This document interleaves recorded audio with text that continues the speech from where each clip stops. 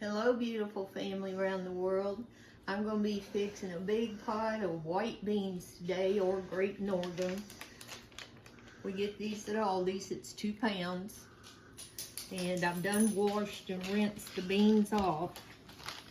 So you want to check for any rocks that may get in there, because sometimes they do.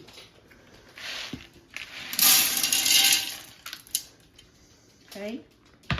Now, we cut up one of those hams that we got at Sam's the other day. We got some frozen pieces in there because my family loves chunks of ham in their beans. Yeah. So, I'm going to go ahead and add this. And I got to fill this up with water. So, I'm going to do that.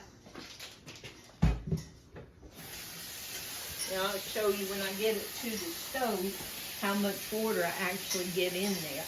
They're very easy to fix. We grew up on beans and cornbread. And what don't get eaten, you can freeze even in small batches. If it's just by yourself or a couple, you fix just 1 pound of beans.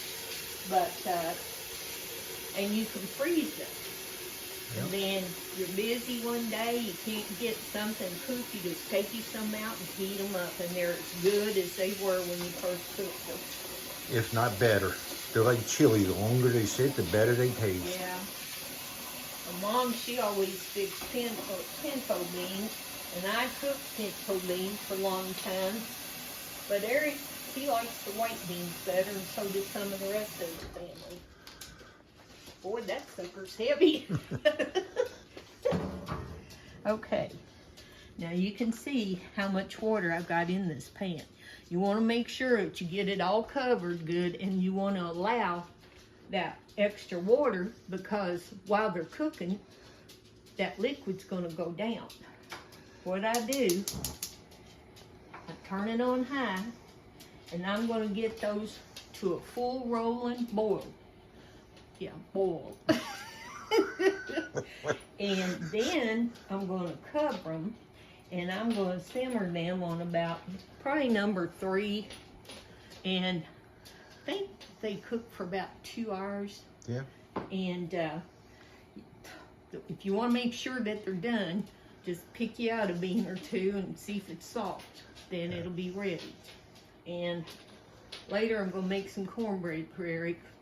This is the kind that he loves. It's a box corn mix, but he absolutely loves it. So, since today's his birthday, I'm going to make it for him and not make the homemade. And I'm not a big bread eater at all, so this does really good. But he loves this mix. He absolutely does. So, get that to a rolling boil. Put your lid on. Cook it about 2 hours. Check it. And you can just keep checking if you want to. I check it off and on because I don't want the water to get down barely covering the beans. Right. You want to have that bean juice in there, hand juice. And then that way you can put you some in a bowl, cut you up some onions, get you some cornbread, and go to town. I will stay home and just eat it. But we'll see y'all back later. Okay, the beans are coming to a boil now. So I'm going to get ready and reduce the heat. Putting it between 4 and 5. I'm going to cover the pot, and then I'll be checking it from time to time to make sure that the water doesn't get cooked down too far. Back. Here's the cornbread. Here's the ham and beans. We've all done already eaten. We forgot to show a video of it. But it was yummy. We scarfed it down. But yes, it was very, very, very good. The ham is so tender when you boil it like that with the beans. And we didn't even cut up an onion. We was in such a hurry to eat. But the cornbread's delicious. And I thought there would be a lot left. You thought wrong. I know. By the end of the day, I don't know if we're going to have anything left to freeze. That's okay. But that just means that they like it.